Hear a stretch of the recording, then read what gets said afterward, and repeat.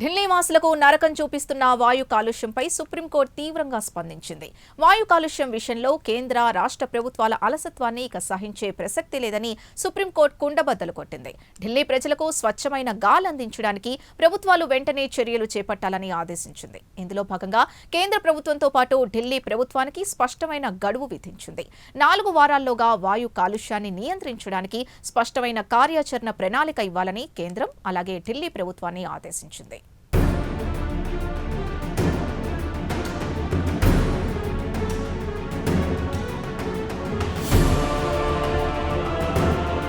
వాయు కాలుష్యం ఒక్క ఢిల్లీకే పరిమితం కాదు, దేశవ్యాప్తంగా ఉన్న సమస్య ఇది. ప్రధాన నగరాలైన ముంబై, బెంగళూరు, చెన్నైల్లో కూడా ప్రజలు పొల్యూషన్తో నానా ఇబ్బందులు పడుతున్నారు.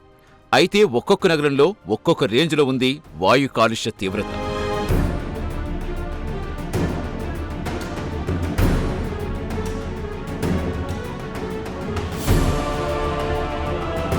సహజంగా మన దేశంలో వాయు కాలుష్యం అంటే ఎవరికైనా వెంటనే గుర్తుకొచ్చేది ఢిల్లీ.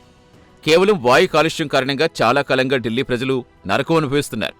అంతేకాదు, ఇటీవల కాలంలో వాయు కాలుష్యం తరచూ హాట్ టాపిక్గా మారింది. ఈ నేపథ్యంలో చూపిస్తున్న వాయు కాలుష్యంపై సుప్రీంకోర్టు తీవ్రంగా స్పందించింది. వాయు కాలుష్యం విషయంలో కేంద్ర, రాష్ట్ర ప్రభుత్వాల అలసత్వాన్ని ఇక సహించే ప్రసక్తి లేదని సుప్రీంకోర్టు కుండబద్దలు కొట్టింది.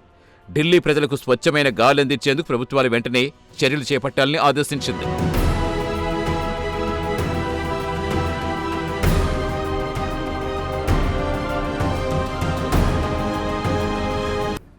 ఇందులో భాగంగా కేంద్ర ప్రభుత్వంతో పాటు ఢిల్లీ ప్రభుత్వానికి స్పష్టమైన గడువు విధించింది. 4 వారాల్లోగా వాయు కాలుష్యం నియంత్రించేందుకు స్పష్టమైన కార్యాచరణ ప్రణాళిక ఇవ్వాలని కేంద్రం అలాగే ఢిల్లీ ప్రభుత్వాన్ని ఆదేశించింది. అంతేకాదు, వాయు నాణ్యత నిర్వహణ కమిషన్ సూచించిన సిఫార్సులు ఎలా అమలు చేయబోతున్నారో వెల్లడించాలని, సదరు కార్యాచరణ ప్రణాళికలో పొందుపరచాలని సర్వోన్నత న్యాయస్థానం ఆదేశించింది. కాలుష్య నివారణ చర్యల విషయంలో ఇక ఎలాంటి సాకులు, కారణాలు వినదలుచుకోలేదని సుప్రీంకోర్టు కుండబద్దలు కొట్టింది. సుప్రీంకోర్టు ప్రధాన న్యాయమూర్తి justice Suryakant, justice Bagchi, justice పంచోలీలతో కూడిన 3 సభ్యుల ధర్మాసనం తాజాగా ఈ మేరకు ఆదేశాలు జారీ చేసింది.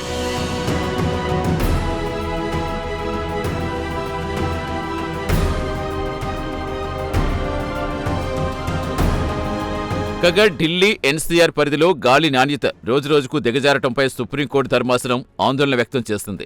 దీన్ని అరికట్టేందుకు దీర్ఘకాలిక చర్యలు అవసరమని పేర్కొంది. ఇదిలా ఉంటే ఈ కేసులో వాయు నాణ్యత నిర్వహణ కమిషన్ అదనపు సొలిసిటర్ జనరల్ ఐశ్వర్య భాటి వాదన వినిపించారు. కాగా ఢిల్లీలో వాయు కాలుష్యం తగ్గించేందుకు వాయు నాణ్యత నిర్వహణ కమిషన్ మొత్తంగా 15 దీర్ఘకాలిక చర్యలు సిఫారసు చేసిందని ఐశ్వర్య భాటి వెల్లడించారు. ఈ సిఫార్సులకు సంబంధించి సుప్రీంకోర్టు తన అభిప్రాయం వెల్లడించింది. ఈ చర్యలు చాలా ముఖ్యమైనవని పేర్కొంది. అయితే సదరు చర్యలు వేగవంతం చేయాలని సుప్రీంకోర్టు అభిప్రాయపడింది.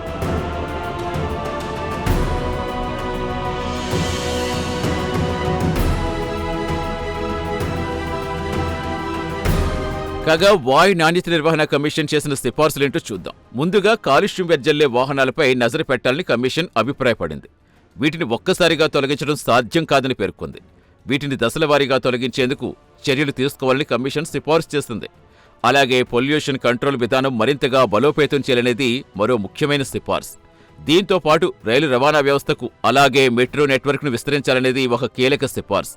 సాధ్యమైనంత వరకు పర్యావరణహితమైన ఎలక్ట్రిక్ వాహనాల సంఖ్య పెంచాలనేదే కమిషన్ చేసిన అతిపెద్ద సిఫార్సు.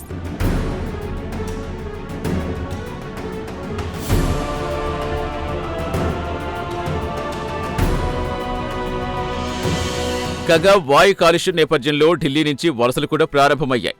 ఇప్పటికే అనేక మంది దేశంలో ఇతర ప్రాంతాలకు వలస వెళ్లిపోయారు. తమకు చిన్నారుల ఆరోగ్యమే ముఖ్యమని పేరెంట్స్ కుండబద్దలు కొట్టారు. ఇటీవల ఢిల్లీ వాయు కాలుష్యం అంశం పార్లమెంట్ సమావేశాల్లోనూ ప్రస్తావనకు వచ్చింది.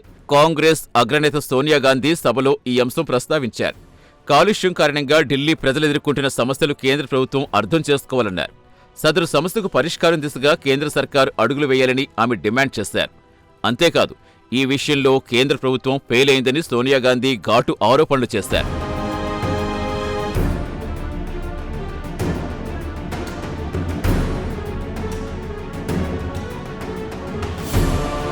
కాగా ఢిల్లీ కాలుష్యంపై ప్రతిపక్షాలు పార్లమెంట్ ఆవరణలో నిరసన ప్రదర్శన చేశాయి.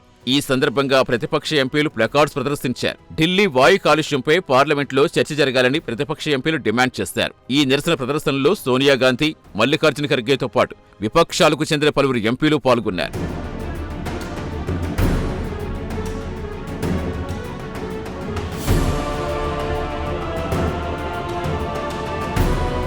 ఎవరెన్ని కారణాలు చెప్పినా వాయు కాలుష్యం ఢిల్లీ ప్రజలకు నరకం చూపిస్తోంది.